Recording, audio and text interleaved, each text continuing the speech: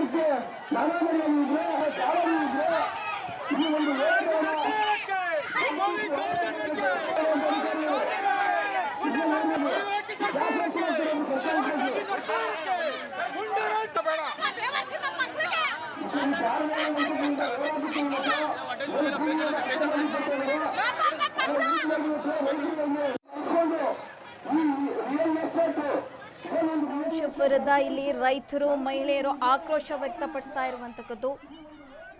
ರಾಜ್ಯ ಸರ್ಕಾರದ ವಿರುದ್ಧ ಘೋಷಣೆ ಕೂಗಿ ಆಕ್ರೋಶ ವ್ಯಕ್ತಪಡಿಸ್ತಾ ಇದ್ದಾರೆ.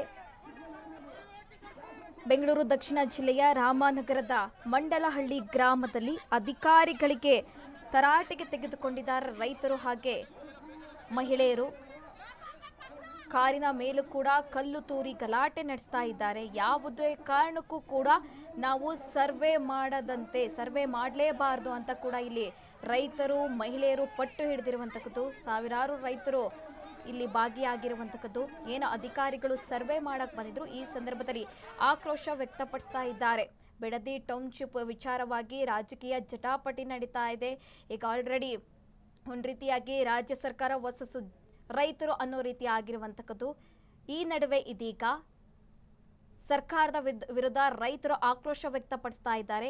ಮಂಡಲಹಳ್ಳಿಯಲ್ಲಿ ಅಧಿಕಾರಿಗಳು ಸರ್ವೆ ಮಾಡಲು ಬಂದಿದ್ರು. ಈ ಸಂದರ್ಭದಲ್ಲಿ ಯಾವುದೇ ಕಾರಣಕ್ಕೂ ಸರ್ವೆ ಮಾಡೋದಕ್ಕೆ ನಾವು ಬಿಡಲ್ಲ ಅಂತ ಇಲ್ಲಿ ಮಹಿಳೆಯರು ಹಾಗೆ ರೈತರು ಆಕ್ರೋಶ ವ್ಯಕ್ತಪಡಿಸಿರುವಂತದ್ದು. ಯಾವುದೇ ಕಾರಣಕ್ಕೂ ನಮ್ಮ ಭೂಮಿಯನ್ನು ನಾವು ಬಿಟ್ಟು ಕೊಡಲ್ಲ ಅಂತ ಇಲ್ಲಿ ರೈತರು ಮಹಿಳೆಯರು ಆಕ್ರೋಶ ವ್ಯಕ್ತಪಡಿಸ್ತಾ ಇದ್ದಾರೆ. ನೀವು ದೃಶ್ಯದಲ್ಲೂ ಕೂಡ ಗಮನಿಸ್ತಾ ಇರಬಹುದು, ಕಾರಿನ ಮೇಲೂ ಕೂಡ ಕಲ್ಲು ತೂರಿ ಗಲಾಟೆ ಮಾಡ್ತಾ ಇದ್ದಾರೆ. ಪೊರಕೆಯಿಂದ ಏಟು ಹೊಡಿತಾ ಇರುವಂತದ್ದು. ಒಂದು ರೀತಿಯಾಗಿ ಅಧಿಕಾರಿಗಳ ನಡುವೆ ಹಾಗೆ ರೈತರ ನಡುವೆ ಸಂಘರ್ಷ ನಡೆದಿರುವಂತದ್ದು.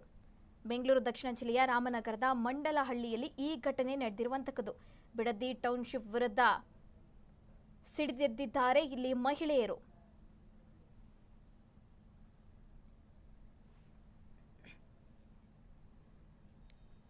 ಬಿಡದಿ ಟೌನ್ಶಿಪ್ ವಿರುದ್ಧ ಇಲ್ಲಿ ರೈತರು ಮಹಿಳೆಯರು ಆಕ್ರೋಶ ವ್ಯಕ್ತಪಡಿಸ್ತಾ ಇದ್ದಾರೆ. ಯಾವುದೇ ಕಾರಣಕ್ಕೂ ಕೂಡ ನಮ್ಮ ಭೂಮಿಯನ್ನು ನಾವು ಬಿಟ್ಟು ಕೊಡೋದಿಲ್ಲ, ಯಾವುದೇ ಕಾರಣಕ್ಕೂ ನಾವು ಸರ್ವೆ ಮಾಡಲು ಅವಕಾಶ ಮಾಡಿಕೊಡೋದಿಲ್ಲ ಅಂತ ಪಟ್ಟು ಹಿಡಿದಿರುವಂತಕ್ಕದ್ದು ರೈತರು. ಈಗಾಗಲೇ ರಾಜ್ಯ ಸರ್ಕಾರ ಆದೇಶ ಹೊರಡಿಸಿರುವಂತಕ್ಕದ್ದು, ಬಿಡದಿ ಟೌನ್ಶಿಪ್ ಮಾಡಲು ಮುಂದಾಗಿರುವಂತಕ್ಕದ್ದು. ಅಂದಿನಿಂದಲೂ ಕೂಡ ಈಗ ರೈತರು ಕೂಡ ಅವಾಗಿನಿಂದಲೂ ಕೂಡ ಆಕ್ರೋಶ ವ್ಯಕ್ತಪಡಿಸ್ತಾ ಇದ್ದಾರೆ. ಸದ್ಯ ಮಂಡಲಹಳ್ಳಿಯಲ್ಲಿ ಅಧಿಕಾರಿಗಳು ಸರ್ವೆ ಮಾಡಲು ಬಂದಿರ್ತಾರೆ. ಈ ಸಂದರ್ಭದಲ್ಲಿ ಮಾತಿನ ಚಕಮಕಿ ನಡೆದು ಗಲಾಟೆ ನಡೆದಿರುವಂತಕ್ಕದ್ದು.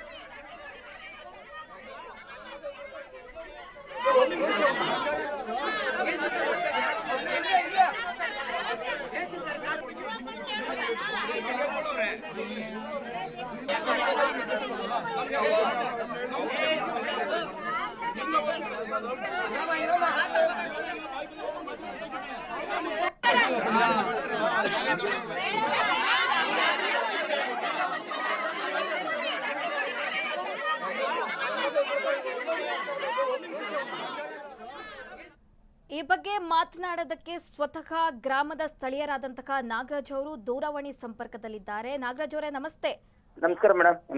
ಎಸ್ ಸರ್, ಇವತ್ತು ಅಧಿಕಾರಿಗಳು ಸರ್ವೆ ಮಾಡಕ್ಕೆ ಬಂದಿದ್ರು. ಈ ಸಂದರ್ಭದಲ್ಲಿ ಗಲಾಟೆ ನಡೆದಿರುವಂತಕ್ಕದ್ದು. ಅಧಿಕಾರಿಗಳು ನಿಮ್ಮ ಜೊತೆ ಯಾವ ರೀತಿ ರಿಯಾಕ್ಟ್ ಮಾಡಿದ್ರು, ಏನಾಯ್ತು ಅಲ್ಲಿ ಅಂತ? ಸರ್ ಮೇಡಮ್, ಇವತ್ತೇನಿದೆ GMC ಮಾಡಕ್ ಬಂದ್ರು ಮಂಡಲಹಳ್ಳಿ ಗ್ರಾಮಕ್ಕೆ. ಅದನ್ನ ನಾವು ತಡೆಯಲಿಕ್ಕೆ ನಾವು ನೂರಾರು ಸಂಖ್ಯೆಯಲ್ಲಿ ರೈತರ ಮಹಿಳೆಯರೆಲ್ಲ ಬಂದ್ವಿ. ನಾವು ಇದು ಪೊಲೀಸ್ ಅಧಿಕಾರಿಗಳು ಮತ್ತೆ GBD ಅಧಿಕಾರಿಗಳು ಬಂದಿದ್ರು. ಅವ್ರ ಜೊತೆ ಸಮಾಲೋಚನೆ ನಡೆಸ್ತಿದ್ದು. ನೀವು ಮಾಡೋದ್ರ ನಮ್ಗೇನು, ಇಲ್ಲಿವರೆಗೂ ನಾವು DC ಅವ್ರಿಗೆ ಮನವಿ ಕೊಟ್ಟಿದ್ದೀವಿ, GBD ಮನವಿ ಕೊಟ್ಟಿದ್ದೀವಿ, ಮುಖ್ಯಮಂತ್ರಿ ಕೊಟ್ಟಿದ್ದೀವಿ, ಹಿಂದೆ ಉಪಮುಖ್ಯಮಂತ್ರಿ ಆಗಿದ್ರು, ಇವಾಗ ಈಗಿನ ಮುಖ್ಯಮಂತ್ರಿ ಅವ್ರು ಕೊಟ್ಟಿದ್ದೀವಿ, ರಾಜ್ಯಪಾಲರು ಕೊಟ್ಟಿದ್ದೀವಿ. ಯಾವುದೇ ರೈತನ ಇದಕ್ಕೆ ಮನ್ನಣೆ ಇಲ್ಲ, ಕೊಟ್ಟಿಲ್ಲ.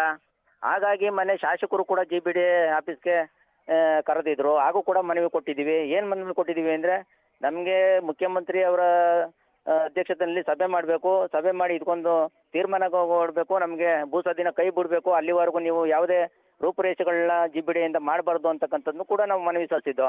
ಆಯಿತು ಅಂತ ಶಾಸಕರು ಒಪ್ಕೊಂಡು ಹೋಗಿದ್ರು.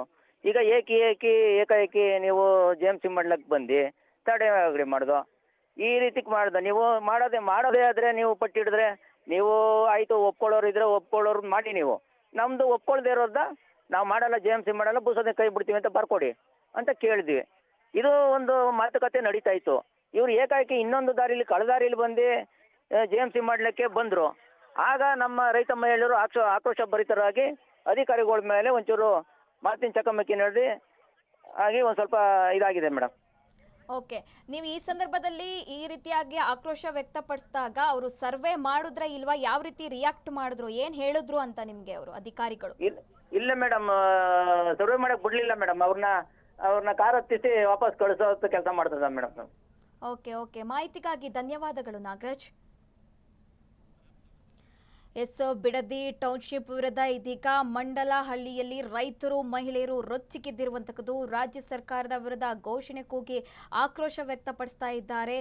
ಅವರು ಶಾಸಕರಿಗೆ, ಜಿಲ್ಲಾಧಿಕಾರಿಗಳಿಗೆ ಈ ಬಗ್ಗೆ ಮನವಿ ಮಾಡಿದ್ರು ಕೂಡ ಯಾವುದೇ ಪ್ರಯೋಜನ ಆಗಿಲ್ಲ ಅಂತ ಕೂಡ ಅಲ್ಲಿನ ಸ್ಥಳೀಯರು ಹೇಳ್ತಾ ಇದ್ರು.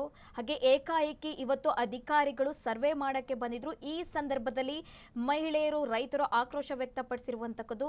ಸರ್ವೆ ಮಾಡಕ್ಕೆ ಬಂದಂತಹ ಅಧಿಕಾರಿಗಳನ್ನ ವಾಪಸ್ಸು ಕಳಿಸಿ ಆಕ್ರೋಶ ವ್ಯಕ್ತಪಡಿಸ್ತಾ ಇದ್ದಾರೆ. ಈ ಬಿಡದಿ ಟೌನ್ಶಿಪ್ ಯೋಜನೆಯನ್ನು ಕೈ ಬಿಡಬೇಕು ಅಂತ ಇಲ್ಲಿ ರೈತರು ಆಗ್ರಹಿಸ್ತಾ ಇರುವಂತಕ್ಕದ್ದು. ಈ ಯೋಜನೆ ಜಾರಿಗೊಳಿಸ್ತೀವಿ ಅಂತ ರಾಜ್ಯ ಸರ್ಕಾರ ಮುಂದಾಗಿ ದಿನದಿಂದಲೂ ಕೂಡ ರೈತರು ಬಹಳ ಆಕ್ರೋಶ ವ್ಯಕ್ತಪಡಿಸ್ತಿದ್ದಾರೆ, ಬಹಳ ಕಡೆ ಪ್ರತಿಭಟನೆ ನಡೆಸ್ತಾ ಇದ್ದಾರೆ.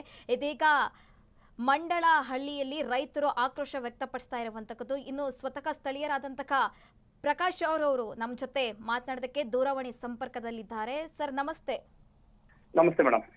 ಸರ್, ಈಗ ಬಿಡದಿ ಟೌನ್ಶಿಪ್ ವಿರುದ್ಧ ನೀವು ಧ್ವನಿ ಎತ್ತುತ್ತಾ ಇದ್ದೀರಾ. ಇವತ್ತು ಕೂಡ ನಿಮ್ಮ ಗ್ರಾಮದಲ್ಲಿ ಸರ್ವೆ ಮಾಡಕ್ಕೆ ಬಂದಂತಹ ಸಂದರ್ಭದಲ್ಲಿ ಅಧಿಕಾರಿಗಳು ಹಾಗೆ ನಿಮ್ಮ ನಡುವೆ ಮಾತಿನ ಚಕಮಕಿ ನಡೆದಿರುವಂತಕ್ಕದ್ದು. ಏನೆಲ್ಲ ಆಯ್ತು ಸರ್? ನಾವು ಇದು JMC ಮಾಡೋ ವಿಚಾರವಾಗಿ ಪೊಲೀಸ್ ಸಿಬ್ಬಂದಿ ಬೆಳಗ್ಗೆ ಬಂದು ನಮಗೆ ಕೇಳಿದ್ರು, ನಾವು ಈ ತರ JMC ಮಾಡ್ತಾರ ಅಧಿಕಾರಿಗಳು ನೀವು ಅವ್ರಿಗೆ ಅವಕಾಶ ಮಾಡಿಕೊಡ್ಬೇಕು ಅಂತ ಪೊಲೀಸ್ ಸಿಬ್ಬಂದಿ ನಮ್ಮ ಹತ್ರ ರಿಕ್ವೆಸ್ಟ್ ಮಾಡಿದ್ರು. ಆ ಸಮಯದಲ್ಲಿ ನಾವು ಪೊಲೀಸ್ ಅಧಿಕಾರಿಗಳು ತುಂಬಾ ಸ್ಪಷ್ಟವಾಗಿ ಹೇಳಿದ್ವಿ, 489 ದಿನ ನಾವು ಈ ಭೂಮಿ ಕೊಡುವಂತ ಪ್ರತಿಭಟನೆ ಮಾಡ್ತಾ ಇದೀವಿ. ನಮ್ಮ ನೋವಿಗೆ ನಮ್ಮ ಕಷ್ಟಕ್ಕೆ ಸರ್ಕಾರ ಸ್ಪಂದಿಸಿಲ್ಲ. ಈ ಹಿಂದೆ ಸರ್ಕಾರದ ಹಿಂದೆ ಸಿದ್ದರಾಮಯ್ಯರಾದಿಯಾಗಿ, ರಾಜ್ಯಪಾಲರಾದಿಯಾಗಿ, ಉಪಮುಖ್ಯಮಂತ್ರಿ DK ಶಿವಕುಮಾರ್ ಆದಿಯಾಗಿ, ಶಾಸಕರು, ಜಿಲ್ಲಾಧಿಕಾರಿಗಳು, GBD ಅಧಿಕಾರಿಗೆ ಎಲ್ಲರಿಗೂ 2 ಬಾರಿ ಮನವಿಗಳು ಕೊಟ್ಟಿದ್ದೀವಿ.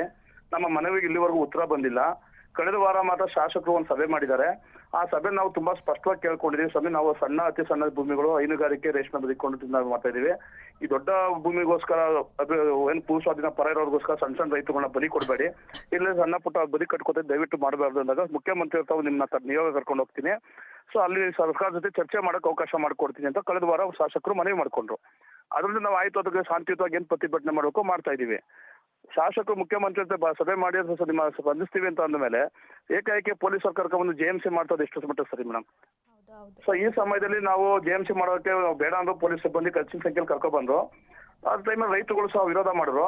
ಆ JMC ಬಂದಂತ ಅಧಿಕಾರಿಗಳು ಅವರು ಸರ್ಕಾರಿ ಅಧಿಕಾರಿಗಳು ಅಥವಾ ಗೂಂಡಾಗಳ ಗೊತ್ತಿಲ್ಲ, ಅವರು ತುಂಬಾ ಪ್ರಮೋಟ್ ಮಾಡೋ ರೈತರುಗಳನ್ನ ನಾನು ಟೆಂಪ್ಟ್ ಮಾಡಿ ಅವ್ರನ್ನ ಗಲಾಟೆಗಳಾಗಬೇಕು, ಕೈ ಮಿಲಾಯಿಸಬೇಕು, ಹೊಡೆದಾಟಗಳಾಗಬೇಕು, ಇನ್ನ ಲಾಠಿ ಚಾರ್ಜ್ ಆಗಬೇಕು, ಪೊಲೀಸರು ದೌರ್ಜನ್ಯ ಆಗಬೇಕು, ಕೇಸ್ಗಳಾಗಬೇಕು ಅನ್ನೋ ಉದ್ದೇಶ ಇಟ್ಕೊಂಡೇ ರೈತರುಗಳ ಮೇಲೆ ತುಂಬಾ ಹಲ್ಲೆ ಮಾಡಿದ್ರೆ, ಕೆಟ್ಟದಾಗ ಅವಾಚ್ಯ ಪದಗಳಿಂದ ಬೈದು ಹೆಣ್ಮಕ್ಳುಗಳ ಬಗ್ಗೆ ತುಂಬಾ ಅಗೌರವ ನಡ್ಕೊಂಡ್ರು.